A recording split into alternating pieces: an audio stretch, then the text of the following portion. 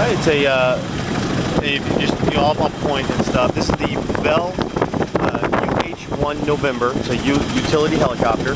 It's a twin engine, two-bladed with a semi-rigid rotor system. We have two engines that go into one combining gearbox.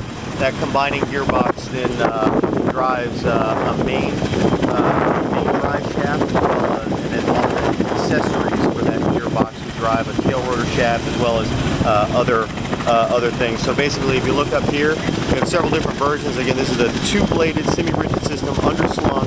That perpendicular thing you see, that's called the stab bar. The stab bar, and that's basically a mechanical way to help dampen out unwanted either oscillations or control inputs, like if a gust of wind or something like that were to upset the system. That's going to help basically dampen that out. We have two hydraulic systems that control, that helps us to overcome the control forces as everything is rotating. Those operate at about 1,000 psi. Again, there's two of them. They're redundant on our on the servos that they control.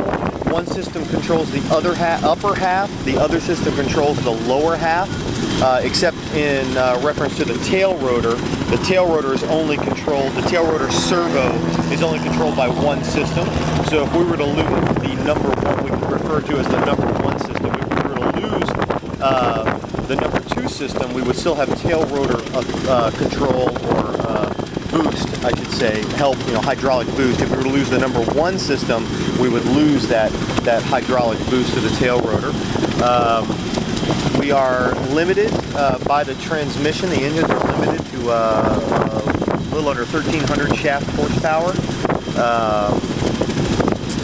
We cruise around at about 100 knots. Our max speed, or our VNE, velocity never to exceed, is 130 knots.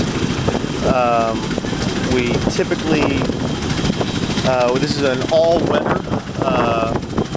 all-weather aircraft. We don't have de-icing though. We're not allowed to fly into known icing conditions. We are fully IFR capable. If we look on the other side, that's just put here to hold gear. We had gear behind it, so we had that. But on the other side, there's an auxiliary fuel bag. Internally, we can hold about 1,400 pounds of fuel. And then either in this, we have basically a quarter cylinder that can fit right here, or on the other side, there's another quarter cylinder that we have in place. That's an auxiliary fuel bag, and that's basically just a vinyl bag that can hold extra fuel that we can then pump into the main fuel system.